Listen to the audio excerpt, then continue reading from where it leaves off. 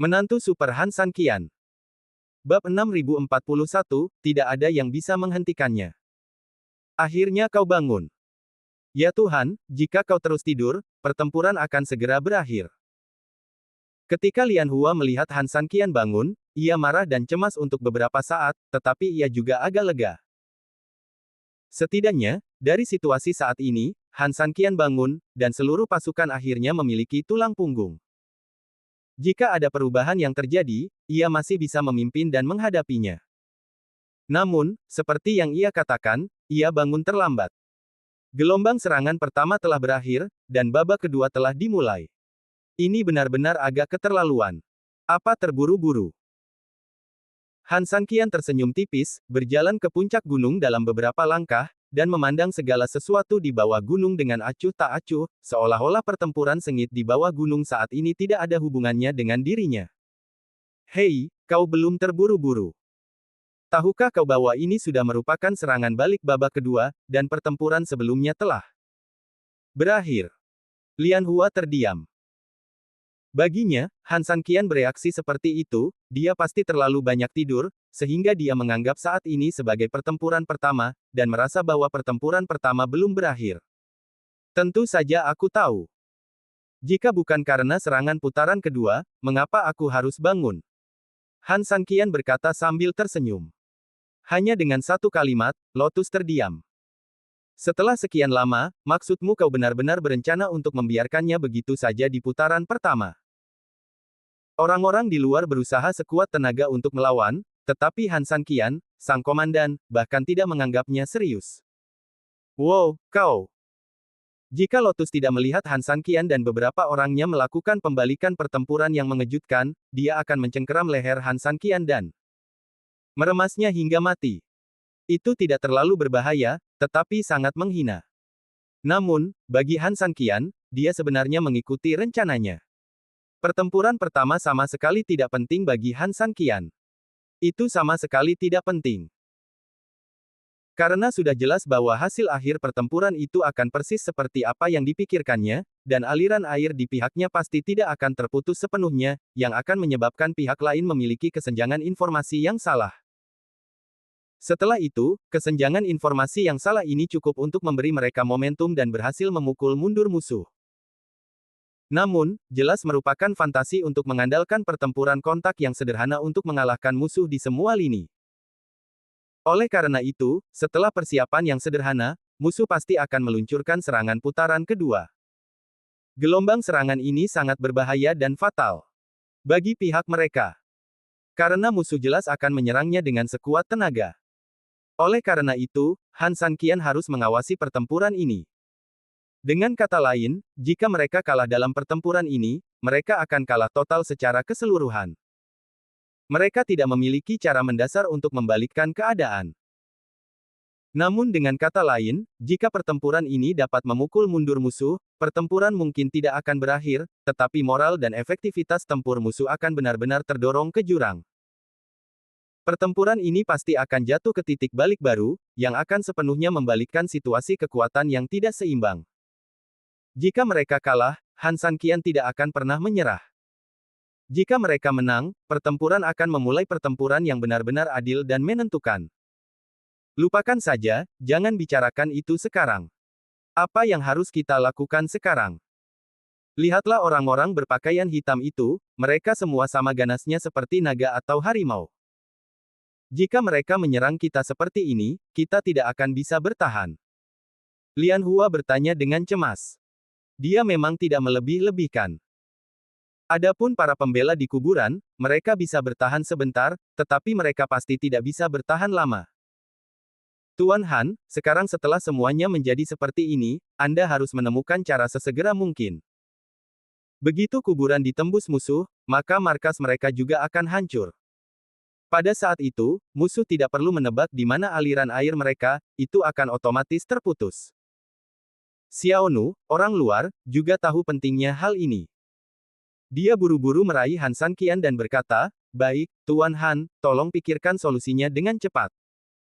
Jika Anda tidak membantu, semuanya akan terlambat." Wajah Han San Qian sedikit dingin, dan dia memperhatikan semua yang ada di tanah dengan tenang. Jangan khawatir, waktunya belum sepenuhnya tepat, tunggulah sedikit lebih lama. Han Sanqian berkata dengan dingin. Bab 6042 disiapkan untuk Anda. Kedua wanita itu melihat ke bawah gunung. Kedua pasukan telah bertempur selama beberapa waktu. Meskipun para pelaut melakukan perlawanan yang sangat ulet, jelas bahwa di bawah tekanan kekuatan yang mutlak dan persiapan penuh musuh, para pelaut sebenarnya tidak memiliki kekuatan untuk melawan. Mereka segera didorong kembali ke kuburan. Begitu mereka masuk, orang-orang berpakaian hitam terus mengalir ke kuburan seperti banjir. Situasinya telah mencapai tahap yang sangat berbahaya. Kedua wanita itu benar-benar tidak mengerti berapa lama mereka harus menunggu. Apakah harus menunggu sampai musuh benar-benar menghancurkan kuburan kita? Pada saat itu, sudah sangat terlambat. Kata Lian Hua dengan cemas. Tidak terburu-buru, tidak terburu-buru. Han Sanqian tersenyum tipis, dan saat ini dia langsung duduk. Masih pagi. Melihat ini, kedua wanita itu benar-benar tidak tahu harus berkata apa untuk sementara waktu, dan akhirnya mereka hanya bisa menahan kecemasan mereka dan duduk.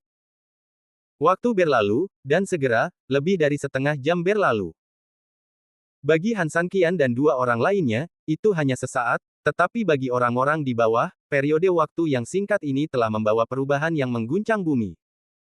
Orang-orang berpakaian hitam itu bersemangat tinggi dan tak terhentikan. Dengan keberanian mereka, mereka telah mengalahkan para pelaut. Meskipun para pelaut mendapat dukungan dari sumber air, memang sulit bagi mereka untuk melawan pihak lain dengan pasukan elit mereka. Meskipun kura-kura tua dan Kuiniu berani, sulit bagi mereka untuk mundur dan mendukung setelah terjerat oleh keempat tetua. Di sisi kuburan, mereka mundur selangkah demi selangkah. Melihat semakin banyak pria berpakaian hitam yang akan menyerbu ke kuburan. Han Sanqian akhirnya berdiri saat ini, dengan kilatan cahaya di matanya, sekarang. Burung pipit. Saat Han Sanqian meraung marah ke langit, detik berikutnya, teriakan menembus langit, dan kemudian seekor merak yang cantik dengan api terbang di sepanjang langit dan menukik langsung ke arah orang-orang berpakaian hitam yang belum sempat menyerbu ke kuburan. Bunuh. Hampir pada saat yang sama, para pelaut yang disergap di dekatnya juga bergegas keluar dari rerumputan di bawah pengaturan Raja Naga Tua dan membunuh pihak lain dengan panik. Penatua Agung, ada penyergapan. Penatua keempat adalah orang pertama yang menemukan musuh dan berteriak dengan mendesak. Tetua itu menoleh ke belakang dan mengerutkan kening. Meskipun jumlah pelaut yang disergap tidak banyak, burung yang terbang di udara itu tampak tidak mudah untuk diganggu. Ia terbang turun sepanjang jalan, dan kemanapun ia lewat, semua orang berpakaian hitam jatuh. Burung itu punya beberapa keterampilan. Tetua itu berteriak dengan tergesa-gesa, dan kemudian menatap tetua ketiga dengan galak. Tetua ketiga, kamu keluar untuk menemui musuh. Tetua, jika aku pergi, apa yang harus kita lakukan di sini? Memang sulit bagi kita bertiga untuk menghadapi kura-kura dan sapi tua ini, tetapi kita kuat dan memiliki keunggulan mutlak dalam hal jumlah, jadi tidak perlu terlalu khawatir. Tetapi burung di luar, jika tidak ada yang mengurusnya, orang ini pasti akan membuat kita sangat kesulitan. Burung, sekilas, sangat cepat dalam beraksi. Jika mereka tidak diberi tekanan, mereka dapat terus-menerus mengganggu mereka dari belakang. Dengan cara ini, itu tidak akan memengaruhi situasi pertempuran, tetapi setidaknya itu akan menyebabkan kebakaran di halaman belakang mereka dan membuat mereka sulit merasa nyaman di depan. Ya. Begitu kata-kata itu terucap, tetua ketiga terbang keluar dan langsung menyerbu ke arah Kuer. Momentum serangan Kuer memang sangat dahsyat. Hanya dengan satu putaran menukik, dia langsung merenggut nyawa lebih dari selusin orang. Dengan lambaian sayapnya, dia memotong orang-orang di sekitarnya seperti dua sabit. Pada saat itu, ada tunggul di sekelilingnya. Namun, tepat ketika Kuer ingin mundur sesuai perintah Han Sanqian sebelumnya, tetua ketiga sudah terbang dan mengejar Kuer. Burung monster yang berani, kemana kau lari? Kuer berbalik tanpa sadar dan melihat tetua ketiga bergegas, dan langsung mencibir. Dengan kecepatannya, orang-orang biasa tidak bisa mengejarnya. Dia langsung berakselerasi dan terbang cepat ke kejauhan. Meskipun tetua ketiga datang dengan ganas, perbedaan kecepatannya benar-benar terlalu jauh. Hanya dalam sekejap mata, dia benar-benar tertinggal oleh Kue'er di beberapa jalan. Namun, tetua ketiga jelas bukan orang yang mau menyerah begitu saja. Kau bersaing denganku seperti ini, aku hanya ingin bersaing denganmu sepuasnya. Burung sialan, biarkan aku melihat seberapa baik kau bisa melarikan diri. Jika kau bisa lari, aku juga bisa mengejarmu. Lihat pedangku. Bab 6043 Dua burung konyol. Swiss. Begitu suara itu jatuh, detik berikutnya, sosok tetua ketiga juga berubah menjadi bayangan pedang tajam dan mengejar langsung ke arah Kue'er. Harus kuakui bahwa lelaki tua ini tidak hanya pemarah, tetapi juga sangat cakap, dan kecepatan pengejarannya sangat cepat. Hanya beberapa detik kemudian, ia semakin dekat dan dekat dengan Kue'er. Seekor burung yang patah berani pamer di hadapanku dan mencari kematian. Melihat bahwa ia hanya sedikit menjauh, tetua ketiga sangat bangga. Namun, apa yang ia pikirkan selalu seperti yang ia pikirkan. Faktanya, ia hanyalah tetua ketiga, dan mustahil baginya untuk mengejar Kue'er. Ada perbedaan yang begitu besar antara kedua belah pihak. Sebenarnya, itu bukan hal-hal lain, tetapi Kue'er akan mengubah arah. Menurut permintaan Han San Qian, pengaturan Kue'er yang sebenarnya bukanlah untuk bertarung dengan siapapun, tetapi untuk menyerbu dari berbagai tempat, sehingga menyebabkan kerusakan besar pada ekor musuh. Meskipun serangan musuh di depan relatif lancar saat itu, api di halaman belakang akan membuat pasukan musuh tidak stabil. Semakin mereka menyerang di kuburan, semakin tidak yakin mereka. Oleh karena itu, ketika Kue'er mengubah arah, dia sengaja memperlambat, yang memberi kesempatan kepada tetua ketiga untuk memanfaatkannya dan memberi orang ini kesempatan untuk memamerkan kekuatannya. Namun jaraknya selalu jauh, dan sama sekali tidak mungkin bagi tetua ketiga untuk memperpendek jarak hanya karena dia begitu dekat dalam sekejap. Dengan putaran Kue'er yang sangat indah, detik berikutnya, Kue'er telah bergegas menuju posisi pria berpakaian hitam itu lagi. Tetua ketiga langsung melesat ke udara, dan ketika dia melihat ke belakang, dia melihat Kue'er bergegas ke posisinya lagi dan membunuh anak buahnya tanpa pandang bulu. Dia sangat kesal. Dasar burung mati sialan, aku harus membunuhmu. Tetua ketiga menggertakkan giginya dan dengan cepat terbang kembali. Namun, di depan Kue'er yang melaju kencang, orang ini terlalu tua dan terlalu lambat. Ketika tetua ketiga terbang ke posisi itu, Kue'er telah menyelesaikan gelombang serangan kedua dan dengan cepat terbang ke arah lain. Tepatnya, tujuan Kue'er adalah arah lain, tetapi rutenya yang sebenarnya tidak lurus. Ia sengaja melakukan pertemuan dua arah dengan tetua ketiga. Meskipun Kue'er tidak mengatakan apa-apa, cara dia lewat menunjukkan penghinaan dan provokasi yang mendalam terhadap tetua ketiga. Seolah-olah dia berkata, kamu baru saja datang ke sini, aku sudah selesai dan siap untuk pergi. Aku benar-benar kesal. Tetua ketiga sangat marah sehingga dia berhenti di udara dengan paksa, tetapi sayangnya, karena inersia, ketika dia benar-benar berhenti di udara, Kue'er sudah terbang jauh. Ledakan. Pada saat dia marah, medan perang benar-benar meledak lagi. Peran Kue'er seperti ini. Jika kamu mengejarnya, dia akan mengepakkan kedua sayapnya dan kamu tidak bisa mengikutinya sama sekali. Tetapi jika kamu tidak mengejarnya, dia akan kembali untuk membuat masalah dengan kecepatan yang aneh. Meskipun kemampuan individu Kue'er memang sangat rata-rata dan kekuatan penghancurnya tidak terlalu besar, dia selalu menyerangmu seperti lalat besar, yang benar-benar tak tertahankan bagi siapapun. Tetua ketiga, dasar bodoh, apa yang kau kejar? Tetaplah di posisimu, dan burung itu akan datang kepadamu saat ia ingin datang. Di gerbang pemakaman, setelah mendengar ledakan terus-menerus di luar, tetua keempat akhirnya tidak dapat menahannya. Mereka telah bekerja sama selama bertahun-tahun, dan ia benar-benar mengetahui kepribadian beberapa tetua. Hanya dengan mendengarkan suara itu, ia tahu bahwa tetua ketiga pasti tidak menyelesaikan masalah di luar dengan benar. Ia berlari keluar untuk melihat, wow, benar, tetua ketiga ini mengejar Asteris di luar. Meskipun tetua ketiga jauh lebih tua darinya, melihat penampilannya yang bodoh, tetua keempat tidak dapat menahan diri untuk tidak mengutuk. Mendengar kutukan itu, tetua ketiga tiba-tiba terbangun. Tampaknya benar sekali. Selama ia tetap di posisi ini, kemanapun burung itu terbang, ia harus terbang kembali jika ingin menimbulkan masalah pada akhirnya. Memikirkan hal ini, tetua ketiga menepuk kepalanya dan langsung terbang kembali ke posisi itu. Tetua keempat, masuklah dan bantu. Serahkan urusan di luar kepadaku. Setelah mengatakan itu, tetua keempat menatap langit, menunggu QR muncul kembali. Bab 6044, Duel Burung Bodoh. Setelah mendengar perkataan tetua ketiga, tetua keempat tidak memilih untuk mundur dan melawan pada awalnya. Dia juga tahu bahwa menghadapi serangan dan pertahanan banteng aneh dan kura-kura tua, tetua pertama dan tetua kedua hanya memiliki 2 orang, dan sulit untuk menghadapi sekelompok prajurit elit. Namun, dia juga tahu bahwa alasan mengapa dia berlari keluar adalah karena burung itu terus mengganggu di belakang, yang membuat tetua pertama dan tetua kedua sangat kesal, jadi mereka memutuskan untuk mengirim tetua keempat keluar untuk melihat apa yang terjadi. Semua tindakan ini menunjukkan betapa tidak puasnya semua orang dengan kinerja tetua ketiga saat ini di luar, dan seberapa besar dampak kegagalan tetua ketiga untuk secara efektif menekan burung aneh di luar terhadap seluruh situasi pertempuran. Oleh karena itu, dia harus memastikan bahwa situasi di luar telah berubah sampai batas tertentu, atau bahwa dia relatif tenang sebelum dia bersedia untuk kembali. Sekarang, tetua ketiga bersedia menunggu di sini. Setidaknya metodenya benar.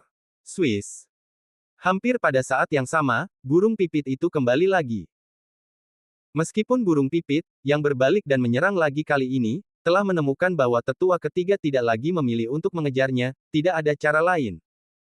Burung pipit tahu misinya dan harus menyerang. Belum lagi hanya ada satu tetua ketiga yang menunggunya, bahkan jika ada 10 atau 100, dia harus menggigit peluru. Burung sialan, kamu bersedia muncul. Tetua ketiga penuh amarah. Bagaimanapun juga, dia adalah seorang tetua, dan dia tidak tahan dipermainkan seperti ini, apalagi dipermainkan oleh burung yang rusak. Jadi, menghadapi serangan QR lagi, kali ini, tetua ketiga cukup siap untuk menyerang. Jika kamu berani datang, aku berani memberimu pelajaran yang dalam. Wow! Dalam sekejap mata, QR sudah menyerang secara langsung. Tetua ketiga menenangkan pikirannya dan tidak terburu-buru untuk segera menyerang. Dia harus menunggu QR jatuh ke kerumunan. Baru setelah berada di tengah kerumunan, gerakan QR akan terbatas, dan kecepatan menyelam akan mencapai tahap paling lambat, dan kali ini adalah saat terbaik untuk mengakhiri hidupnya. Tak lama kemudian, QR telah mencapai momen itu. Burung sialan, kau benar-benar menyebalkan. Sekarang, biarkan aku melihat apa yang bisa kau lakukan. Tetua ketiga berteriak keras dan menyerang QR secara langsung. Melihat bahwa tetua ketiga memilih kesempatan seperti itu, tetua keempat akhirnya menghela napas panjang lega. Sebenarnya, yang paling ia khawatirkan adalah tetua ketiga akan kehilangan akal sehatnya setelah ditipu oleh burung itu dan akhirnya memukuli orang-orang. Sekarang tampaknya tetua ketiga tidak melakukannya, dan kendalinya terhadap situasi masih rasional. Memikirkan hal ini, dia melihat kembali situasi pertempuran di kuburan dan memilih untuk masuk untuk memberikan dukungan.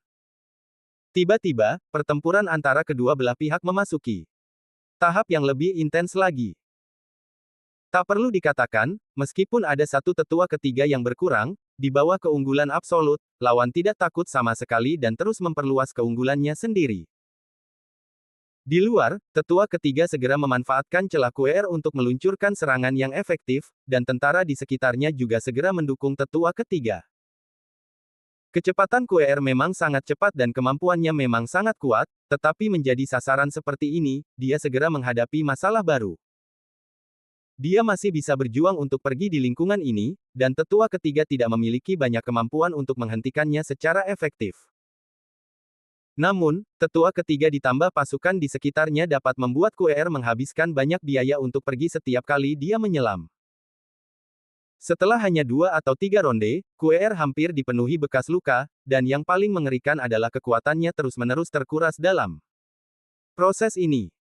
Jika berdasarkan situasi saat ini, QR tidak akan bisa bertahan lama. Namun, QR hanyalah seekor burung. Terus terang, dia selalu bertarung sendirian. Tidak realistis untuk mengandalkan situasi ini untuk menyebabkan banyak kerusakan pada musuh. Oleh karena itu, memberi QR 10 ronde serangan lagi sebenarnya tidak akan menyebabkan banyak korban. Burung mati, kau pikir kau bisa melawan kami? Kau bukan apa-apa. Jika kau punya nyali, teruslah maju. Tetua ketiga sangat senang saat ini setelah secara efektif memblokir serangan QR selama beberapa ronde berturut-turut dan menyebabkan kerusakan efektif tertentu padanya. Jika pertarungan terus berlanjut seperti ini, itu tidak akan berarti bahkan jika burung itu mati. Tuan Han, mari kita ubah situasinya. Di puncak gunung, bahkan budak kecil yang tidak tahu apa-apa memperhatikan petunjuk itu dan berteriak kepada Han Sanqian dengan tergesa-gesa. Bab 6045, kekuatan tembak tidak cukup. Lotus pun mengangguk cepat dan menatap Han Sanqian, ya, Tuan Han, apa yang QR lakukan sekarang tampaknya tidak ada artinya. Meskipun serangannya ganas, kekuatannya lemah. Selain mengirim kematian dengan sia-sia, tidak akan ada yang tersisa. Menurutku, jika kita menariknya sekarang, kita dapat menghentikan kerugian pada waktunya. Han Sanqian tersenyum tipis, menghentikan kerugian. Izinkan aku bertanya kepadamu, jika kamu ingin menghentikan kerugian, bukankah lebih baik tidak mengaturnya untuk melakukannya? Ini membuat Lotus terdiam beberapa saat. Tentu saja, ini bukan karena betapa masuk akalnya hal itu, tetapi karena Han Sanqian sedikit terlalu tidak tahu malu. Ya, jika kamu tidak mengirim orang, tidak akan ada kerugian, yang pasti masuk akal, tetapi ini bohong. Jika kamu tidak melawan pertempuran ini secara langsung, maka tidak akan ada kerugian. Han Sanqian juga tahu bahwa tidak baik untuk mengatakan ini, jadi dia hanya menjawab dengan cara bercanda dari awal hingga akhir. QR hanya satu orang, dan saat ini, hanya saja daya tembaknya tidak mencukupi. Lian Hua melotot ke arah Han Sanqian, kamu juga tahu bahwa daya tembaknya tidak cukup. Hal ini disebutkan dalam simulasi pertempuran kita sebelumnya. Saat itu, kita tahu masalahnya, tetapi tidak ada cara untuk menyelesaikannya. Xiaonu sedikit mengernyit dan menatap Han Sanqian, tidak, saat itu, bukankah Tuan Han mengatakan bahwa dia sepertinya punya cara untuk mengatasinya, tetapi dia selalu merahasiakannya dan menolak untuk mengatakan apapun. Mendengar pengingat Xiaonu, Lian Hua tiba-tiba teringat bahwa Han Sanqian sepertinya telah mengatakannya. Memikirkan hal ini, Lian Hua buru-buru berkata, Tuan Han, apa yang bisa Anda lakukan? Han Sanqian tersenyum lagi, dan tidak menyangkal pernyataan ini untuk sementara waktu. Tetapi dia tidak membenarkan pernyataan ini. Oh, ini mendesak, saya mohon Anda untuk tidak merahasiakannya di depan kami, oke? Lian Hua hampir mati karena cemas. Han Sanqian menepuk bahu Lian Hua dan berkata, jangan terburu-buru meraih keberhasilan saat melakukan sesuatu. Seringkali, sesuatu butuh waktu untuk diselesaikan. Sama seperti memancing, kita tidak bisa bertahan lama tanpa menangkap ikan, dan ketika kita melihat ikan sedang menangkap ikan di suatu tempat, kita harus segera melempar pancing ke tempat itu. Kita memancing di sarang kita. Karena kita sudah menebar umpan, kita harus menunggu dengan sabar. Ikan akan mencium umpan dan berenang perlahan. Segala sesuatu sebenarnya memiliki proses. Bukan karena Han Sanqian tidak mau memberitahu mereka beberapa rencananya, juga bukan karena Han Sanqian harus bersikap misterius dan membuat mereka penasaran. Itu karena pengalaman tempur mereka relatif dangkal, dan mereka secara alami gugup dengan banyak perubahan situasi di medan perang, dan reaksi mereka seringkali sangat ekstrim. Jika Anda memberi tahu mereka semuanya, sebenarnya, mereka akan mendesak diri mereka sendiri untuk melaksanakan rencana itu segera setelah ada sedikit perubahan di medan perang. Ini sebenarnya bukan hal yang baik bagi Han Sanqian, karena Han Sanqian sendiri sedang mengamati situasi. Jika orang lain terus mendesaknya, itu akan mengacaukan pikiran Han Sanqian, sehingga semua rencana yang diatur akan memiliki penyimpangan tertentu pada saat itu. Ini Lian Hua sangat cemas, tetapi dia juga mengerti kata-kata Han Sanqian, maaf, kami terlalu cemas. Kami juga tahu bahwa kami benar-benar pemula di medan perang, tetapi kami juga khawatir ini akan terjadi. Xiaonu juga mengangguk patuh, menunjukkan sikapnya yang mengakui kesalahannya. Han Sanqian tersenyum lembut, tidak masalah, aku tahu kamu melakukan ini untuk kebaikan kita sendiri, tetapi tidak ada gunanya merasa cemas sesaat, dan lebih tidak berarti lagi jika hanya membicarakannya. Jika kamu ingin merasa cemas, kamu harus merasa cemas tentang tindakan. Ambil situasi QR saat ini sebagai contoh. Kamu juga tahu bahwa itu tidak masuk akal. Faktanya, situasinya saat ini akan menjadi semakin berbahaya, tetapi pikirkanlah, bagaimana dia bisa mengubah situasinya. Jelas, variabel. Variabel. Kedua gadis itu membuka mata lebar-lebar pada saat yang sama, menatap Han Sanqian dengan bingung.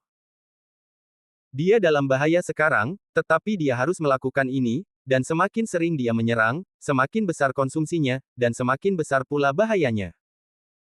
Han Sanqian selesai berbicara, dan tersenyum misterius, dengan kata lain.